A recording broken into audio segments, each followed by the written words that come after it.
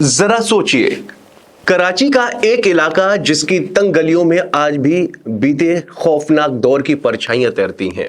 एक ऐसा मोहल्ला जिसका नाम सुनते ही कभी दिल में दहशत भर जाती थी, लेकिन उसी जगह को अब एक बॉलीवुड फिल्म ने फिर से जिंदा कर दिया है। क्यों? 2000 के दशक में यह इलाका पाकिस्तान का सबसे खौफनाक नो गो जोन बन गया था। कैसे यहां की सड़कों पर गैंगवॉर की गोलियों ने सैकड़ों जिंदगियां छीन लीं। और सबसे बड़ा सवाल, क्या सच में लियारी वही है जैसा फिल्मों में दिखाया जा रहा है, या इसके पीछे एक और चेहरा छुपा हुआ है? हाल ही में रिलीज हुई जासूसी थ्रिलर धुरंधर ने इंडिया से लेकर पाकिस्तान तक कराची के लियारी को फिर चर्चा में ला दिया है। रणवीर सिंह, संजय दत्त और अक्षय खन्ना की धांसू स्टार कास्ट वाली इस फिल्म में उस इलाके का अंधेरा सच भी झलकता है, जिसे कभी कराची की मां कहा जाता था और फिर वही इलाका जुर्म का किला बन गया।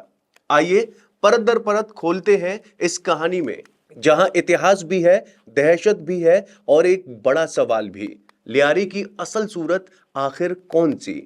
कहानी को शुरू करें, लेकिन उससे पहले आपसे निवेदन है कि अगर वीडियो पसंद आए तो लाइक करें, चैनल को जरूर सब्सक्राइब करें और कमेंट जरूर करें। चलिए शुरुआत करते हैं। वास्तव में लियारी को कराची के सबसे पुराने बसावट वाले इलाके के रूप में जाना जाता है, इसलिए स्थानीय लोग इसे कराची की मां कहते हैं। यह पाकिस्तान के सिंध प्रांत के कराची शहर के दक्षिण पश्चिमी हिस्से में स्थित है। बताया जाता है कि लियारी शब्द सिंधी के लियार से लिया गया है, जिसका मतलब है एक पेड़ जो नदी के तट पर उगता है। उसी तरह से यह इलाका भी अरब सागर के तट पर लियारी नदी के किनारे जन्म ले रहा था। तब सिंधियों ने इसे यह नाम दिया।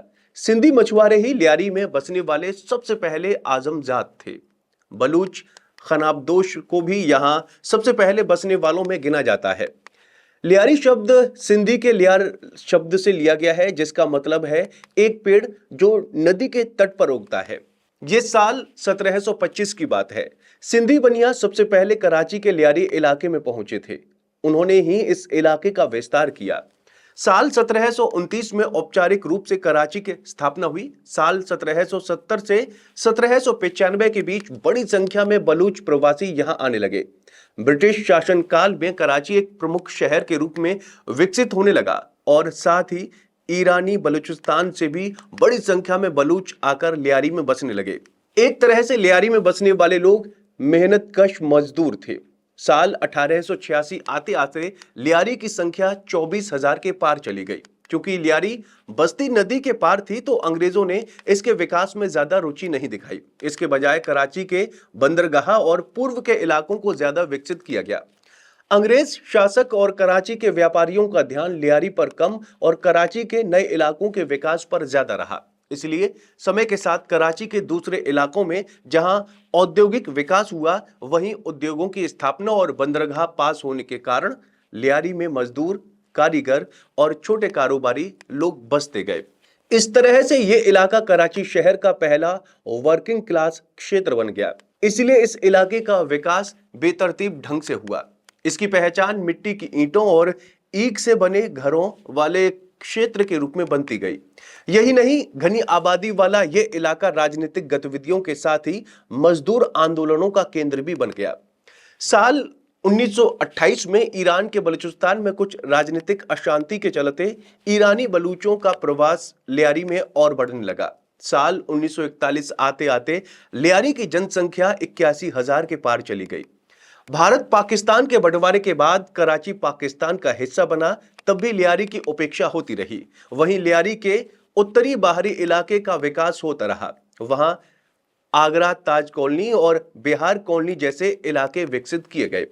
साल 1956 तक लियारी की जनसंख्या में तेजी से बढ़ोतरी हुई और ये 3.5 लाख के पार चली गई। उसी दशक के अंत में पाकिस्तान की तत्कालीन फौजी सरकार ने लियारी के लोगों को न्यू कराची के उत्तर में स्थानांतरित किया और कराची के मध्य में बसे लियारी के विकास का प्रयास किया था।